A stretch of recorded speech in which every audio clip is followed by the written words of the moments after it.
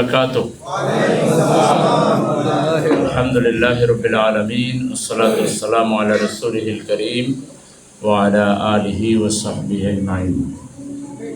ঢাকা মহানগরী উত্তরের মিরপুর পশ্চিম থানা কর্তৃক আয়োজিত বাছাইকৃত কর্মী ভাইদের এই শিক্ষা শিবিরের সম্মানিত পরিচালক সভাপতি আমাদের সকলের প্রিয় ভাই আব্দুল মুতাকাব্বির মুআজ ভাই, অন্যান্য সম্মানিত নেতৃবৃন্দ, প্রাণ প্রিয় কর্মী ভাইয়েরা, আল্লাহ রাব্বুল আলামিন আমাদেরকে এই দুনিয়ায় প্রেরণ করার উদ্দেশ্য হিসাবে কয়েকটি কথা বলেছেন।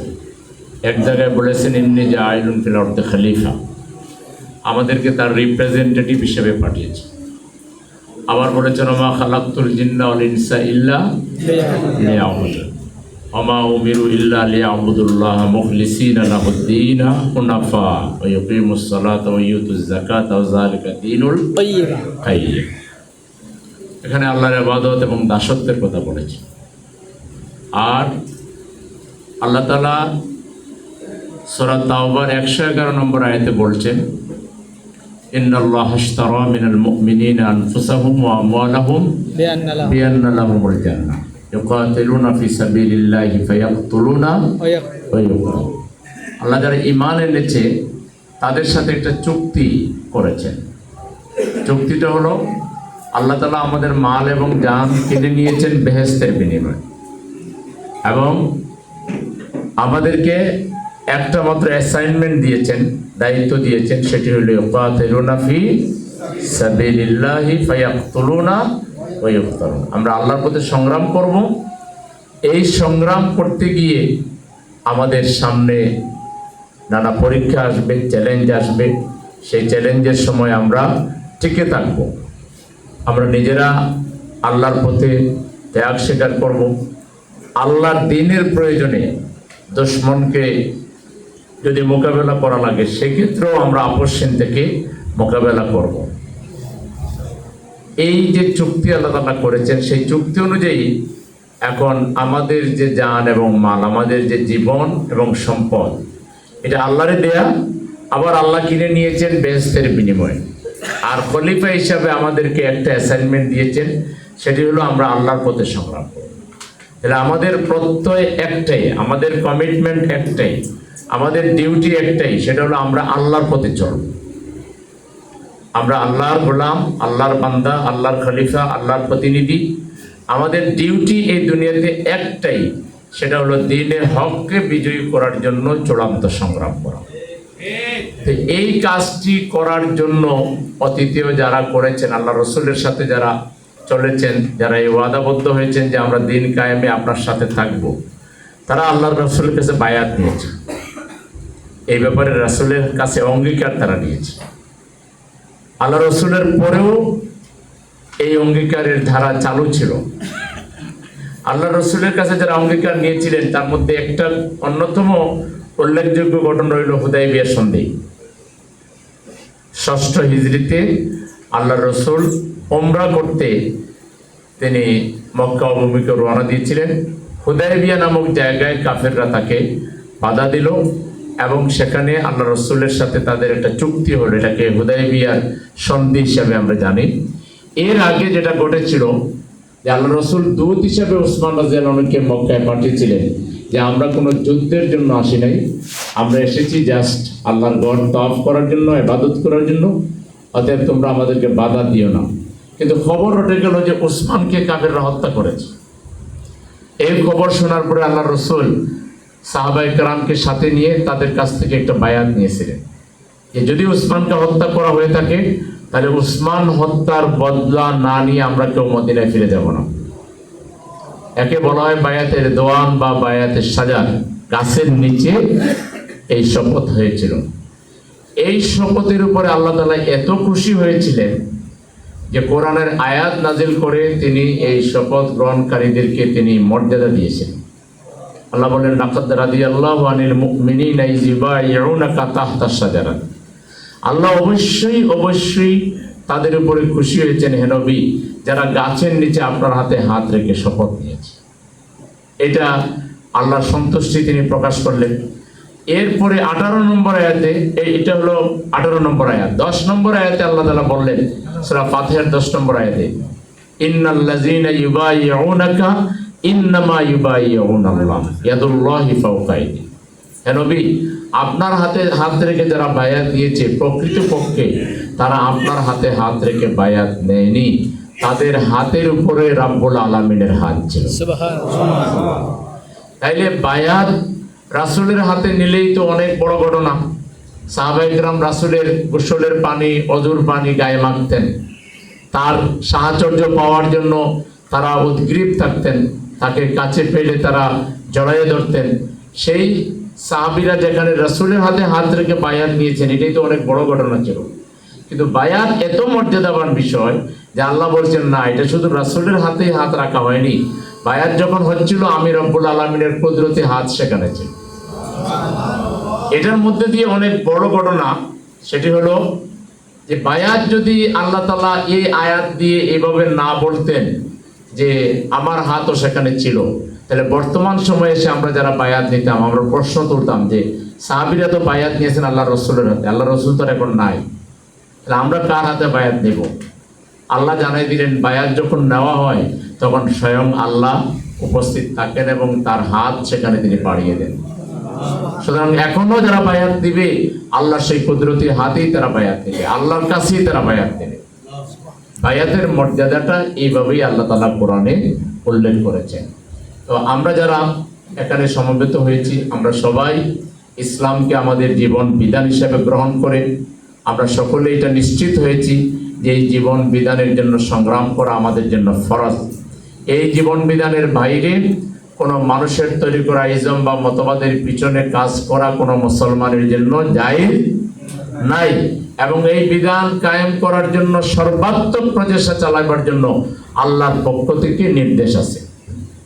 আল্লাহ বলেছেন জাহিদু ফিল্লাহি হাক্কা জিহাদি ওয়া জাতাবাকুম আমা জাআলা আলাইকুম ফিদ-দীন মিন হারাজ মিল্লাতা আবিকুম ইব্রাহিম ওয়া সাম্মাকুমুল মুসলিমিন। তাহলে আল্লাহ তাআলা এই জিহাদ ফিস সাবিলিল্লাহর রাস্তায় আমাদেরকে কবুল করে মনোনীত করে আমাদেরকে নির্দেশ দিয়েছেন, এর জন্য আমাদের জান মাল সব কিছুকে উৎসর্গ করে জিহাদ করার জন্য। এটাকে তিনি সবচেয়ে বেস্ট কাজ হিসাবে, সবচেয়ে উত্তম কাজ হিসাবে উল্লেখ করেছেন সূরা তাওবার 20 নম্বর আয়াতে, আল্লাযীনা আমানু ওয়া হাজারু ওয়া জাহাদু ফি সাবিলিল্লাহি বিআমওয়ালিহিম ওয়া আনফুসিহিম আ'যামু দারাজাতান ইনদাল্লাহ ওয়া উলাইকা হুমুল ফাইজুন। যারা আল্লাহর উপর ঈমান এনে তার জন্য ঘর বাড়ি ত্যাগ করেছে, স্যাক্রিফাইস করেছে, আর মাল এবং জান দুটো দিয়ে আল্লাহর রাস্তায় সংগ্রাম করেছে, আল্লাহ বলছেন যে উলাইকা, এদের মর্যাদা হচ্ছে আমার কাছে সবচেয়ে বেশি। আযমু দারাজাতান ইনদাল্লাহ, আযম মানে ইসমে আফজাল, সুপারলেটিভ ডিগ্রি আল্লাহ ব্যবহার করেছেন। এদের মর্যাদা সবচেয়ে বেশি। এখানে শেষ করেন নাই, উলাইকা হুমুল ফাইজুন, আর এরাই সফলকাম। ইউবাশশিরুহুম রাব্বুহুম বিরাহমাতিন মিনহু, এদের জন্য রবের পক্ষ থেকে অনবরত রহমতের সুসংবাদ, কন্টিনিউয়াস রহমতের সুসংবাদ, অরিদওয়ান রবের সন্তুষ্টির সুসংবাদ, ওয়া জান্নাতিল লাহুম ফিহা নাঈমুম মুকিম, এবং চিরস্থায়ী নিয়ামতপূর্ণ জান্নাত দেওয়ার ঘোষণা তাদের জন্য। সুবহানাল্লাহ, আল্লাহর পক্ষ থেকে এটা কত বড় ব্যাপার যে তিনি আমাদেরকে যে পথে কবুল করেছেন এটা নিশ্চিত জান্নাতে যাওয়ার পথ, এবং আল্লাহ তাআলা এই পথের পথিকদেরকে সর্বোচ্চ মর্যাদায় ভূষিত করবেন। সুতরাং এত বড় জিম্মাদারি যদি পালন করতে হয় তাহলে এটা সাধারণভাবে অগ্রসর হয়ে, স্বাভাবিক নিয়মে অগ্রসর হয়ে সম্ভব নয়। এজন্য এই পথে যারা থাকতে চান, এই পথে যারা টিকে থাকতে চান, এই পথকে যারা ভালোবাসতে চান, এই পথেই নিজের জীবনকে শেষ করতে চান, তাদের বুদ্ধিমানের কাজ হলো যে তারা আল্লাহর নামে বায়াত নিয়ে এই পথে চলা, অঙ্গীকার করা যে আমরা আমাদের জীবনের সবচেয়ে বেশি গুরুত্বপূর্ণ কাজ হিসাবে, জীবন উদ্দেশ্য হিসাবে, এইম ইন লাইফ হিসাবে আমরা দ্বীন কায়েমকে গ্রহণ করলাম। সব কিছুর উপরে আমরা দ্বীন কায়েমকে অগ্রাধিকার দিব। এটাই আল্লাহ তাআলা বলেছেন যে যারা মুমিন তারা প্রকৃতপক্ষে সব কিছুর উপরে قل إن كان آباؤكم وأبناؤكم وإخوانكم وأزواجكم وعشيرتكم وأموال اقترفتموها وتجارة تخشون كسادها ومساكن ترضونها أحب إليكم من الله ورسوله وجهاد في سبيله فتربصوا حتى يأتي الله بأمره والله لا يهدي القوم الفاسقين। ফাসিক ছাড়া ঈমান এনে যারা আমলের দুর্বলতার সর্বনিম্ন স্তরে চলে যায় তাদেরকে ফাসিক বলে। ফাসিক ছাড়া আর কারো পক্ষে আল্লাহ তার রাসূল এবং তার পথে সংগ্রামের পরিবর্তে নিজের সন্তানের, পিতামাতার, ভাই বোনের, স্ত্রী, আত্মীয় স্বজনকে অগ্রাধিকার দেওয়া, ব্যবসা বাণিজ্যকে অগ্রাধিকার দেওয়া, নিজের বাসস্থানকে অগ্রাধিকার, অর্থাৎ বৈষয়িক বিষয়কে আল্লাহ তার রাসূল এবং তার পথে সংগ্রামের উপরে অগ্রাধিকার দেওয়ার মানে হলো নিজেকে ফাসিকের দরজায় নিয়ে যাওয়া। আউযুবিল্লাহি মিন যালিক। তাইলে এটা কিন্তু আমাদের হয়ে যাচ্ছে, আমাদের খবরই নাই যে আমাদের জীবনের 1 নাম্বার দায়িত্ব হলো দিন কায়েম করা। সেই দিন কায়েমের লক্ষ্যে আমাদের আত্মগঠন করা, প্রতিদিন কোরআন অধ্যয়ন করা, প্রতিদিন হাদিস অধ্যয়ন করা, সাহিত্য অধ্যয়ন করা, রিপোর্ট রাখা, প্রতিদিন আমাদের কিছু লোকের সাথে নতুন করে বন্ধুত্ব স্থাপন করা, সম্পর্ক স্থাপন করা, তাদেরকে আমাদের মতো করে বই পড়ানো, তাদেরকে কোরআন শেখানো, তাদেরকে সাংগঠনিক পরিবেশে আনা, তাদের যে অন্তর্দ্বন্দ্ব আছে এটা নিরসন করা, তাদের মধ্যে যে ভুল বোঝাবুঝি আছে সেগুলো দূর করা, তাদেরকে ইসলামী জিন্দেগির দিকে, ইবাদতের দিকে আকৃষ্ট করা এবং তাদেরকে সাথে করে নিয়ে গণসংযোগ করে সমাজে ব্যাপক সংখ্যক মানুষকে ইসলামের যে দাওয়াত দেওয়ার দায়িত্ব আছে। যেহেতু আমি সম্পদদারী লোক না, আমি এটাকে জীবনের এইমেল লাইফ হিসেবে গ্রহণ করি নাই, ফলে আমি আমার অজান্তেই মুমিন দাবি করা সত্ত্বেও আমার সময় সবচেয়ে বেশি যায় আমার ব্যক্তির কাজে, আমার পরিবারের কাজে, আমার ব্যবসার কাজে, আমার অন্যান্য ব্যক্তিগত কাজে। দিন কায়েম যে আমার উপরে ফরজ এবং এটা যে 1 নম্বর দায়িত্ব, এটা কোনোভাবেই হক আদায় হয় না। এই হক আদায় যদি করতে হয় তাহলে বায়াতের কর্মী হয়ে নিজেকে আত্মগঠনে এগিয়ে আসতে হবে। নিজের পরিবারের গঠন করার জন্য নিজের ছেলে মেয়েরা তারা কোরআন জানে কিনা, তারা ইসলামী জিন্দেগি যাপন করে কিনা, বাসায় ইসলামী পরিবেশে আসছে কিনা, পর্দা আছে কিনা, বাসায় শুধু ঘুমের প্রতিযোগিতা আর ফেসবুকের প্রতিযোগিতা হয় না কোরআনের দার্স হয়, আলোচনা হয়, দাওয়াতি ইউনিট বাসায় আছে কিনা, পারিবারিক ইউনিট বাসায় আছে কিনা, আপনার স্ত্রী আপনার ছেলে মেয়েদের জন্য মডেল কিনা, আপনি আপনার ছেলে মেয়ের জন্য মডেল হলেন কিনা, পরিবারটা কি কবরের নীরবতা বিরাজ করে না পরিবার একটা প্রাণবন্ত দ্বীনি পরিবেশ আছে, আপনি নিজেই বুঝতে পারবেন আপনি ইসলামী জিন্দেগির কোন জায়গায় আছেন। যদি আপনাকে মেরামত করতে হয়, যদি সত্যিকার আল্লাহর খলিফা হতে চান, সত্যিকার আল্লাহর বান্দা হতে চান, গোলাম হতে চান, এই মুহূর্তে ইন্তেকাল করলে এই মুহূর্তে আল্লাহ তাআলার প্রিয় গোলাম হিসেবে আপনি সাব্যস্ত হবেন, এরকম লাইফ যদি যাপন করতে হয় তাহলে আপনাকে অঙ্গীকার করে আল্লাহর পথে আল্লাহর দিন কায়েমের জন্য শপথবদ্ধ হয়ে আপনাকে কাজ করতে হবে। তাইলে দেখবেন আল্লাহ চাইতো আপনার কোরআন অধ্যয়ন রেগুলার ঠিক আছে, হাদিস ঠিক আছে, সাহিত্য ঠিক আছে, সম্পর্ক স্থাপন ঠিক আছে, বই বিতরণ ঠিক আছে, কোরআনের ক্লাস ঠিক আছে, আপনার ছেলেমেয়েরাও ঠিক আছে, বউও ঠিক আছে, আপনার প্রতিবেশীদের মধ্যেও আপনি সক্রিয় আছেন।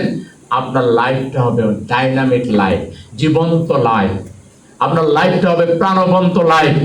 আপনি কাজ নাই, আপনার বেকার অলস জীবন যাপন করা, আপনি হতাশ, সন্তান আছে, স্ত্রী আছে, সম্পদ আছে, তারপরে অজানা হতাশা আপনাকে ধরেছে, আপনি ভেতর থেকে অন্তঃসার শূন্য, আপনার মাথায় কোনো সুচিন্তা নেই, কোনো পরিকল্পনা নেই, একটা ভব করে লাইফ, সময় যায় না, 2 বারের জায়গায় 3 বার ঘুমান, এরা বলে যে লাইফ এটা শেষ হয়ে যাবে। লাইফ আপনি সময়ের সাথে তাল মিলাতে পারবেন না, এত কাজ ভালো লাগবে, বয়স আপনার 60-70 হয়ে গেছে, মনে হবে আপনার 20-25 বছরের যুবক, আপনার মধ্যে কোনো হতাশা থাকবে না, আপনার মধ্যে কোনো দুশ্চিন্তা থাকবে না, তাওয়াক্কাল তো আল্লাহ থাকবে। লাইফটা ঘুমাইবেন তো মজা আসছে ঘুমাবেন, খাইবেন তো মজা করে খাইবেন, হাঁটবেন তো যুবকের মতোই হাঁটবেন, চলবেন তো আপনি ভিশনারি চলবেন, আপনার দৃষ্টি অনেক প্রসারিত থাকবে। আর জীবন মৃত লাইফ মানে জীবন তো আছে কিন্তু আশার মতো আছে, কোন রকম আছে, আপনি দিক বিদিক জ্ঞান হারিয়ে বুঝতেই পারেন না কি করতে হবে আপনাকে।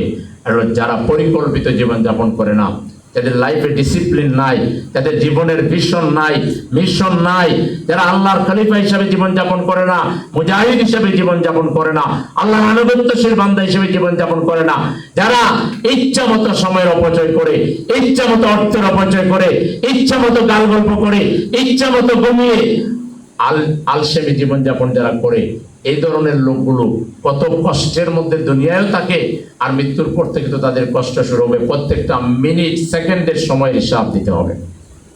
এই সময় আল্লাহ দেন নাই, ইচ্ছা মতো আপনি ব্যয় করবেন। এই প্রতিটা সেকেন্ডের সময় হিসাব আপনাকে দিতে হবে, প্রতিটা পদক্ষেপের হিসাব আপনাকে দিতে হবে। আল্লাহ বলেছেন উদখুলু ফিস সিলমি কাফা ওয়ালা তাত্তাবিউ খুতুওয়াতিশ শাইতান ইন্নাহু লাকুম আদুউম মুবিন। যদি উদখুলু ফিস সিলমি কাফা পড়াতে চান তাহলে এইমি লাইফ হিসাবে দিন কায়েমকে নিতে হবে। উদখুলু ফিস সিলমি কাফা যদি চান তাহলে আপনাকে একজন খাঁটি মুজাহিদ হিসেবে গড়ে উঠতে হবে। ইসলামী আন্দোলনের একজন মাঠে মুজাহিদ হিসেবে আপনাকে, একজন দাঈ আল্লাহ হিসেবে শাহাদাত আলান নাসের দায়িত্ব আপনাকে পালন করতে হবে। আপনার সময় কই? কোটি কোটি বনো আদম ইসলামের দাওয়াত পায়নি। ইসলাম কি জিনিস তারা জানে না।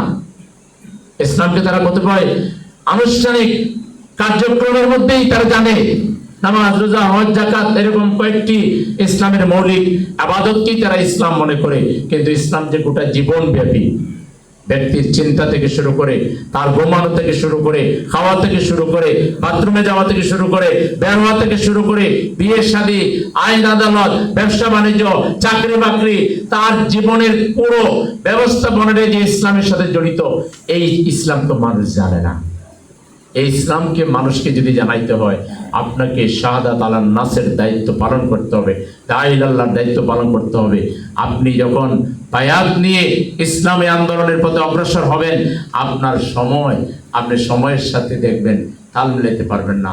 অনেক কাজ দেখবেন যে অনেক কাজ করেও আরো অনেক কাজ বাকি রয়ে গেছে। আর এখন আপনার সময় যায় না, ব্যবসায় অনেক সময় দিয়ে, তারপরে বিভিন্ন জায়গায় আড্ডা দিয়েও এরপরে দেখা যায় আপনার সময় যেন অনেক ঘুমান, প্রয়োজনের অতিরিক্ত ঘুমান, যা দরকার নেই এখানেও ঘুমান। এখানে কি আর খাইছেন, সামান্য একটু খাইছেন, তাতেই যে ঘুমের ভাব দেখাইতেছেন। তাহলে বিরিয়ানি টিরিয়ানি খাইলে, ভালো কিছু খাইলে যে কি ঘুমান এটা তো বোঝাই যায়, তাই না? এখনো ঘুমান, সেখানেও ঘুমান, কবরে গিয়ে ঘুমাইতে হবে। কিন্তু কবরে ঘুম লাগবে না যদি হিসাবে গরমিল হয়ে যায়। আল্লাহ যেভাবে চান সেভাবে যদি করে না উঠেন, কবরে ঘুম পাবেন না। প্রতিটা সেকেন্ড হবে 1000 বছরের সমান, লক্ষ বছরের সমান। এই জন্য কবরে যদি শান্তিতে ওই ঘুম ঘুমাইতে চান, যে যখন সিংহে ফু দেওয়া হবে তখন বান্দা বলবে, ইয়া আল্লাহ, কে আমাকে ডেকে দিল? মাত্র ঘুমাইছিলাম আর আমাকে ডেকে দিল, আমার তো ঘুম তো পুরো হয় নাই। আল্লাহ শান্তির একটা ঘুম দিয়ে দিবেন, কবরে টেরও পাবেন না যে কবরে ছিলেন। কিন্তু যদি অপরাধী হিসাবে কবরে যান, তাহলে কিন্তু পরিস্থিতি ভয়ানক খারাপ হবে। এই জন্য আমাদের লাইফ যাতে যথাযথভাবে আল্লাহর পথে পরিচালিত হয়, জান্নাতি পথে পরিচালিত হয়, আমাদের লাইফ আল্লাহ যে উদ্দেশ্যে দিয়েছেন, যে কার পারফরমেন্স কার চাইতে বেস্ট, আল্লাযী খালাকাল মাউতা ওয়াল হায়াতা লিয়াবলুয়াকুম আইয়ুকুম আহসানু আমালা। কার আমল কার চাইতে বেশি পারফেক্ট, বেশি কে গুড পারফর্মার, বেস্ট পারফর্মার কে, এটা দেখার জন্য আল্লাহ তাআলা পাঠিয়েছেন। আপনি যতক্ষণ পর্যন্ত সত্যিকার অর্থে ইমানের পরিচর্যাকারী না হবেন, ইমানকে মজবুত করার চেষ্টা না করবেন, যতক্ষণ পর্যন্ত কোরআনের সাথে আপনার গভীর সম্পর্ক না হবে, বারবার কোরআনের কাছে ফিরে না যাবেন, সময় পেলেই কোরআন পড়বেন, সময় পেলেই কোরআন অধ্যয়ন করবেন, আয়াত মুখস্থ করবেন, সূরা মুখস্থ করবেন, হাদিস মুখস্থ করবেন, দার্স পেশ করবেন, দার্স তৈরি করবেন। কোরআনের সাথে গভীর সম্পর্ক যদি আপনার তৈরি না হয়, অন্যদেরকে কোরআন শেখানোর যদি আপনার মধ্যে প্রেরণা, আকাঙ্ক্ষা, দায়িত্ববোধ কাজ না করে, আপনি যদি ব্যাপকভাবে মানুষকে কোরআন শেখানোর উদ্যোগ না নেন, এবং আপনি যদি বই বিতরণ না করেন, আপনি যদি মানুষকে দাওয়াতে কাজ না করেন, আপনার চতুর্পার্শ্বে কত মানুষ ইসলাম সম্পর্কে কিছুই জানে না, দিন সম্পর্কে জানে না, জামাত ইসলামের দাওয়াত বোঝে না, জামাত ইসলামের কর্মসূচি জানে না, জামাত ইসলামের কর্মনীতি জানে না, জামাত ইসলামের সম্পর্কে বিভ্রান্তির মধ্যে আছে, তাকে সজাগ করার জন্য, তার ঘুম ভাঙানোর জন্য, তাকে দায়িত্ব সচেতন করার জন্য, তার কর্তব্য সম্পর্কে তাকে দাওয়াত দেওয়ার জন্য আপনার মধ্যে যদি মুহাম্মদুর রাসূলুল্লাহ সাল্লাল্লাহু আলাইহি সাল্লাম এবং সাহাবায়ে কেরামের মতো পাগলামি পেরেশানি তৈরি না হয় এবং তাদের মতো যদি দাওয়াতি কাজ করতে করতে পরীক্ষার মধ্যে না পড়েন, তাহলে কি কারণে আপনি নবীর সুপারিশ পাবেন? নবীর সুপারিশ তো দাওয়াতের সাথে সম্পৃক্ত করা হয়েছে। ওয়াকাযালিকা জাআলনাকুম উম্মাতান ওয়াসাতাল লিতাকুনু শুহাদা আলান নাস ওয়া ইয়াকুনার রাসূলু আলাইকুম শাহীদা। আমরা যদি জনগণের জন্য শাহেদ হতে পারি, আল্লাহর পক্ষে, রাসূলের পক্ষে, দ্বীনের পক্ষে, সত্যের পক্ষে আমরা যদি জনগণের সামনে শাহেদ হতে সাহস দেখাতে পারি, হিম্মত দেখাতে পারি, আমরা যদি পরিশ্রমী হতে পারি, দায়িত্ব পালন করতে পারি, রাসূল কিয়ামতের দিন আমাদের জন্য শাহেদ হবেন। আর আমরা যদি শাহেদ না হই, অবহেলা করে কিংবা গা বাঁচানোর জন্য কিংবা দুনিয়ার লোভে পড়ে সমস্ত সময় নামমাত্র মুসলমানিত্বের মধ্যে দুনিয়া আহরণ করার জন্য ভোগ বিলাসে জীবন যাপন করে আল্লাহ রাসূলের দায়িত্ব নেবেন না। আর রাসূল যদি দায়িত্ব না, কোনো সম্ভাবনা নাই। রাসূলই দিয়েছেন, তিনি মক্কায় পথে ঘাটে রক্তে রঞ্জিত হয়েছেন, তার ঘরের ভিতরে গিয়ে অ্যাটাক করা হয়েছে, করতে দেওয়া নেই, খানায় কাবায় তার উপরে আক্রমণ নারী বুড়ি দেওয়া হয়েছে, তাকে নানাভাবে দুঃসহ জ্বালাতন দিয়ে তাকে কষ্ট দেওয়া হয়েছে, তাকে এই হারামাইনের মক্কার বাইতুল্লাহর পাশেই, একেবারে পাশেই 3 বছর কোন ধরনের খানা দানা পানি কিছুই ছাড়া তাকে আবদ্ধ করে রাখা হয়েছে। শেবে আবি তালিব একেবারেই হারাম শরীফের সাথে লাগানো একটা জায়গা, একটা পাহাড়, সেখানে 3 বছর তাকে বন্দী করে রাখা হয়েছে। বন্দীদশা থেকে বের হয়ে তিনি তায়েফে গেলেন। সেই তায়েফে তাকে কিভাবে পাথরে যুবকদেরকে দিয়ে কিভাবে তাকে নির্যাতন করা হয়েছে চিন্তা করেন। মক্কা থেকে তায়েফ কত দূর, সেই জায়গায় তিনি একটা সাদা মাটা বাহন নিয়ে তিনি সেখানে গিয়েছেন এবং তারপর সেখানে অসহায়ভাবে তাকে কিভাবে নির্যাতন করা হয়েছে। কোনো অবস্থায় দ্বীনের দাওয়াতি কাজ বন্ধ করেন নাই। আপনি বেহেশতে চলে যাবেন, রাসূল আপনার জন্য শাহেদ হয়ে যাবেন। রাসূল পাথর খেলেন, রাসূল গালি খেলেন, রাসূল গ্রেফতার হলেন, নির্যাতিত হলেন, দেশ থেকে বিতাড়িত করার জন্য তাকে হত্যার উদ্যোগ তারা গ্রহণ করলো। তিনি মদিনায় যাবেন। মদিনা মক্কা থেকে কোন দিকে? উত্তর দিকে। কিন্তু আল্লাহ রাসূল হিজরত করবেন, তিনি চলে গেলেন দক্ষিণ দিকে। গারে সুর দেখার জন্য মানুষ এখনো যায়। কত উপরে এই পাহাড়িটা, এই আমি কয়েকদিন আগে দেখে আসলাম, কত উপরে এই পাহাড়িটা।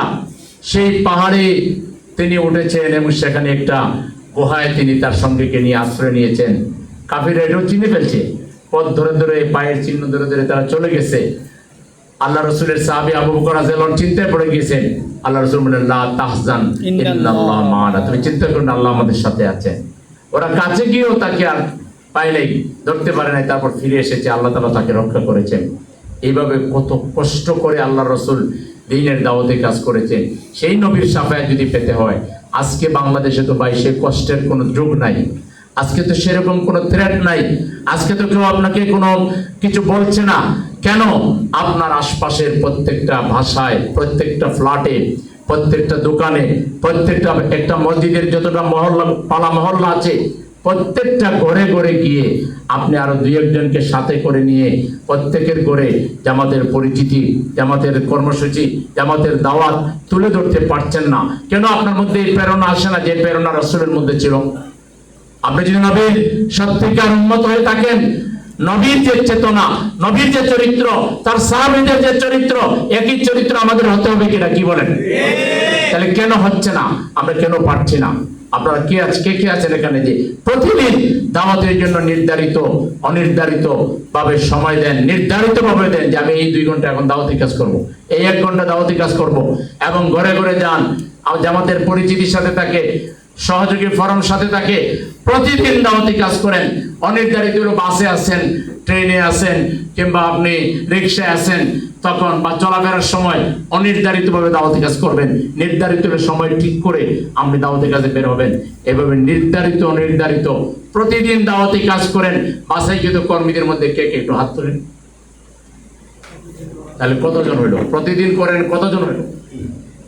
আর করেন না কতজন? হাত তোলেন। যারা করেন না তারা হাত তোলেন, প্রতিদিন করেন না তারা হাত তোলেন। কোনটা বেশি? তাহলে জামাত অগ্রসর হওয়ার পথে অন্য দলগুলো বাধা না জামাত নিজেই বাধা? জামাতের কর্মীরাই বাধা। আপনি যখন দাওয়াতি কাজ করবেন না তো আগাছা তো গজাবেই, তাই না? আপনি যখন দাওয়াতি কাজ করবেন আগাছা আর গজাইতে পারবে না, জেহালত মাথা চাড়া দিতে পারবে না। আপনি যখন দাওয়াতি কাজ বাদ দিয়ে দিবেন তখন আগাছা গজাবে, জেহালত মাথা চাড়া দিয়ে উঠবে। আপনারা কি চান এই বাংলাদেশে জেহালত যেটা আছে, অশ্লীলতা, ব্যয়পনা, সুদ, মদ, ঘুষ, অব্যবস্থাপনা, দুর্নীতি, সন্ত্রাস, এবং এখানে যে বৈষম্য আছে, এখানে যে বেকারত্ব আছে, এখানে যে মানুষের দুর্বিষহ জীবন, মানুষের যে দুর্দশা, এটা কন্টিনিউ করক, এটা চান কে কে? এটা কন্টিনিউ করক চান? কন্টিনিউ করুক না, এটা বন্ধ হয়ে যাক, এটা চান কে কে? তাইলে কি কাজ করতে হবে কিনা? এখন থেকে প্রতিদিন দাওয়াতি কাজ করবেন, সাথে সহযোগী ফরম পকেটে রাখবেন, পরিচিতি জামাতে যেগুলো আছে সাথে রাখবেন, তাকে তাফসীর সাথে রাখবেন। নির্দ্বিধায় অকপটে বলবেন যে আমরা জামাত ইসলামের লোক এবং আমরা চাই আল্লাহর আইন চালু করতে, আমরা চাই একটা ইনসাফপূর্ণ সমাজ, আমরা চাই বেকারত্ব মুক্ত একটা সমাজ, আমরা চাই সন্ত্রাস মুক্ত একটা সমাজ। এটার জন্য দুর্নীতি মুক্ত নেতৃত্ব লাগবে, আল্লাহর আইন লাগবে। এটা জামাত ইসলামী শুধু চাচ্ছে, বাংলাদেশের প্রচলিত রাজনৈতিক দল এগুলো চায় না। আর ইসলামী দলগুলো তো আমাদের সাথেই আছে। সুতরাং আপনারা আসেন, আমরা সবাই মিলে আল্লাহর আইন প্রতিষ্ঠার জন্য এবং সৎ লোকের নেতৃত্ব প্রতিষ্ঠার জন্য কাজ করি। তাদেরকে জামাতের সহযোগী ফরম পূরণ করে নেন। একজন লোক যখন জামাতের সহযোগী ফরম পূরণ করে নিবে তখন তার ইমানও মজবুত হবে, আকীদাও ক্লিয়ার হবে, সে ইসলাম সম্পর্কে জানবে, সে আমাদের পরিবেশে আসার কারণে দ্বীনি পরিবেশ সে লাভ করবে। আস্তে আস্তে আস্তে আস্তে সে পুরোপুরি একজন দ্বীনের মুজাহিদ হয়ে যাবে। যতক্ষণ পর্যন্ত তাকে আমাদের গড়ে না আনতে পেরেছেন, যতক্ষণ পর্যন্ত তাকে আমাদের সাথে কারণ দিয়েছেন, যতক্ষণ পর্যন্ত